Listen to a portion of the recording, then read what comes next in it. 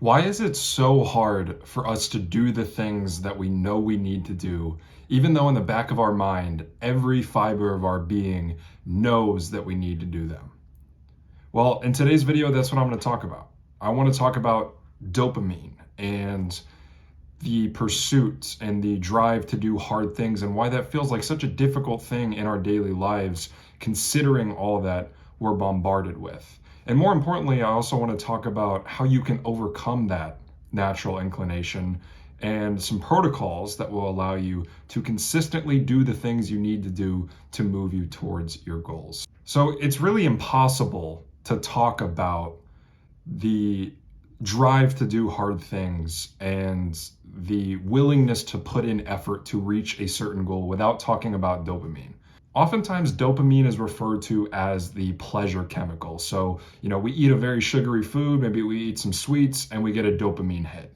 Or we watch Netflix and we get a dopamine hit. But what Andrew Huberman says about dopamine is a little bit different. He says it's the chemical that's responsible more for motivation, for pursuit, and for drive. It's not so much about pleasure and the attainment of pleasure. It's more about our willingness to put in effort in order to do the things that move us towards our goals and the things that we know in the back of our mind we need to do, even though there may be just a slight little bit of resistance towards those things. And a perfect study to illustrate this is he actually talks about these two rats that were put in a lab. Now, the basis of this experiment was pretty simple. There was a lever that the rat could press in order to get food. And what they found during the experiment is that the rat that was dopamine depleted was unable or unwilling to actually press that lever to go get food, but could still experience pleasure from eating food, right? So if food was dropped into the cage, that rat could still experience the pleasure that came from eating food, but that rat wasn't willing to actually engage in action in order to get the reward. However, they found that the rat that was not dopamine depleted, that did have a reservable pool of dopamine to pull from, was willing to move, I think it was 1 or 2 rats lengths away, to press that lever and go get food. So the takeaway from that study isn't that dopamine actually impacts your ability to experience pleasure. What it does is it impacts your ability to actually go out and pursue things. And if you look at your goals, right? Every one of you watching this has goals. Maybe you have a goal to become more socially charismatic. Maybe you have a goal to become more disciplined. Maybe you have a goal to build stronger personal relationships. Maybe you have a goal to build a business, get a promotion. If you look at all of those goals, there's a certain set of behaviors that you need to engage in order to reach those goals. And what dopamine does is it impacts how motivated you are to actually go engage in those behaviors. So when we think about dopamine and discipline, right? Dopamine being the chemical that motivates us to do hard things, and discipline being the act of doing hard things, whether we feel like it or not, you can kind of see how these things are really interconnected in a way, because you can actually impact how easy those things feel. And let's be honest, they're never going to be easy, right? Going through a brutal 1-hour workout because you have a goal to get in shape is never going to be easy. Going out and talking to new people every day because you're shy and you want to become more socially charismatic, that's never going to be easy for you. But it can be easier. And that's where dopamine comes into play. And that's how all of the things that you do on a daily basis, you can actually impact this pool of dopamine that we all have. So the way that I like to think about dopamine is this. Person A and person B are both trying to achieve X goal, right? It's whatever it is, get in shape, build a business, etc.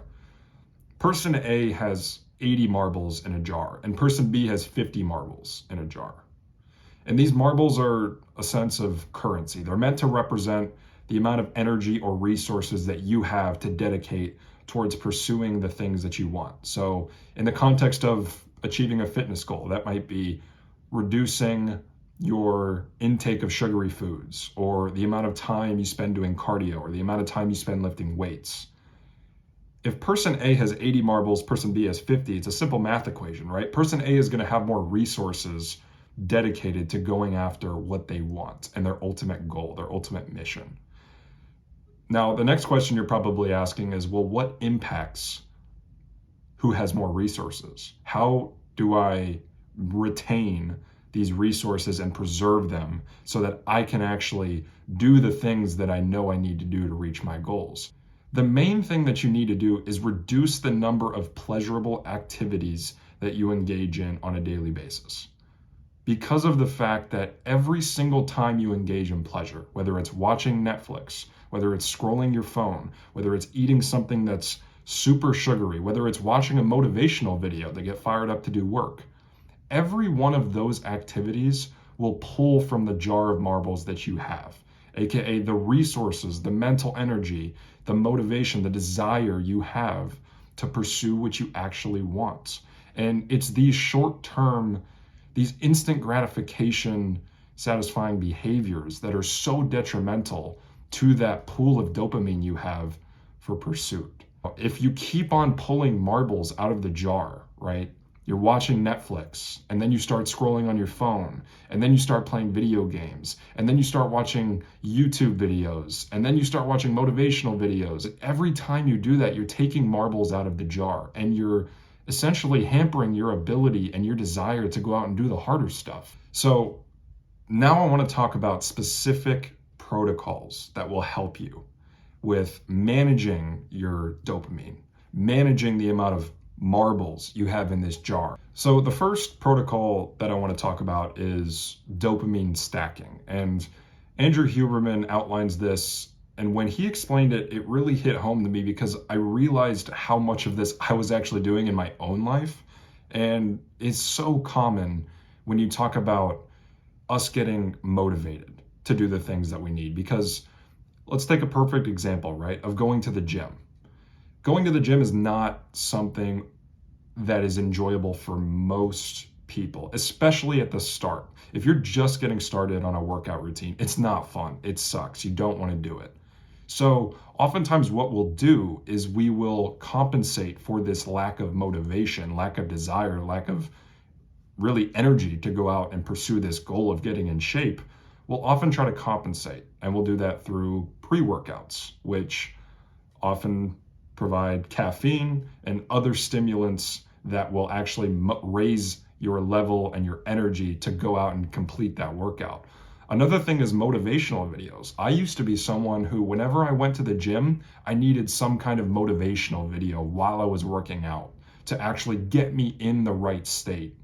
And on the surface, there's nothing really wrong with this. It's not such a detrimental thing. As long as you're going to the gym, that is a positive thing. But what this is doing is raising your dopamine constantly, because working out raises dopamine as well. So not only are you getting, a dopamine release from the workout, you're getting it from the motivational video, you're getting it from the pre-workout that you took. And what that's going to do is it's going to raise your minimum standard for what you need to work out in the future. So for all of my workouts now, I don't use headphones. I don't take pre-workouts. Sometimes I'll have a coffee beforehand, but that's about it. And the reason that I avoid that is because I know that when I get home from that workout, if I've had a motivational video playing in my ear for 50 minutes, if I'm hyped up on pre-workout, if I have all these sources of dopamine kind of converging at once, well, then I know that I'm going to experience a crash afterwards. And after that crash, I'm not going to want to do shit.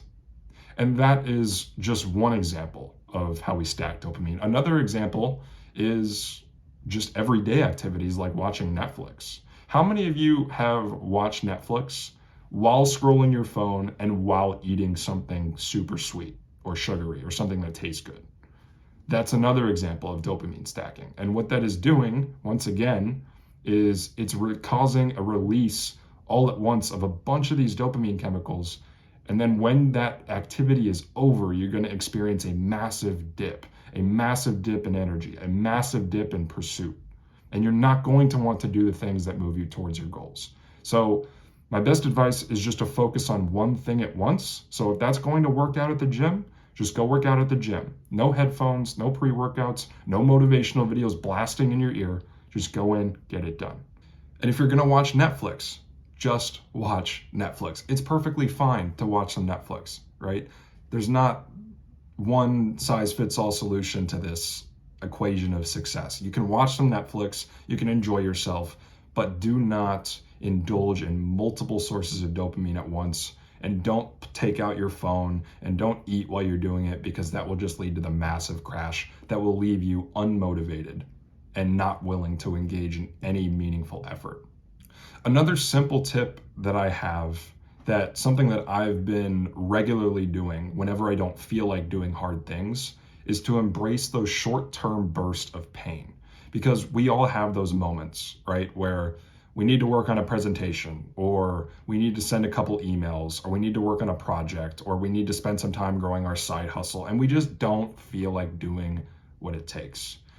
What I've adopted into my routine, and something that I think you'll find really helpful, is something called a Roosevelt Dash. Now, for context on this, Teddy Roosevelt was obviously one of the presidents of the United States. He was also a Harvard-educated lawyer and wrote several books throughout his lifetime as well. So time management was something that he clearly had mastered. And one of the simple tips that he gave out to do hard things routinely is to shorten the time frame.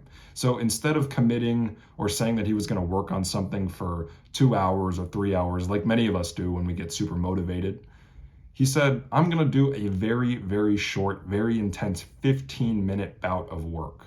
And during this 15 minutes, I'm going to focus on nothing but the task at hand. I'm not going to check my phone. I'm not going to browse YouTube. I'm not going to have anything on in the background. For 15 minutes, I'm going to dedicate my full attention towards the task at hand. And what that led to is a rewiring of his brain, where it made it easier for him to focus. And more importantly, it got him over that initial friction that we all experience when the time comes to do something we don't want to do. Because usually, and you can probably attest to this in your own life, once you get past that first 5 to 10 minutes of kind of embracing the suck, it becomes easier, right? It doesn't feel as daunting. Once you're in the middle of it, you kind of just keep going. Your brain figures out a way to solve the challenges that you encounter. And these 15-minute bursts are incredibly powerful for just gaining that initial momentum. So if you're finding the resistance that we all come up against to do something hard, to do something we don't want to do, try 15 minutes. And if you don't even want to do 15 minutes, do 10 minutes, do 5 minutes. Start with where you're comfortable. But what you're going to find by embracing this short-term friction is that you're going to find it easier to do hard things, and you're going to build up evidence inside of your brain of someone who can kind of feel that initial discomfort and then push past it anyway. So I hope you found this video helpful and these protocols actionable. We all need to manage dopamine. It's something that is ever present in our lives. And I think that the more knowledge that we have about the way it works and how it affects our brain and our motivation and our desire, the better that you'll be able to manage these things on a day-to-day basis. So hope you enjoyed this video, and stay tuned for more content like this in the future.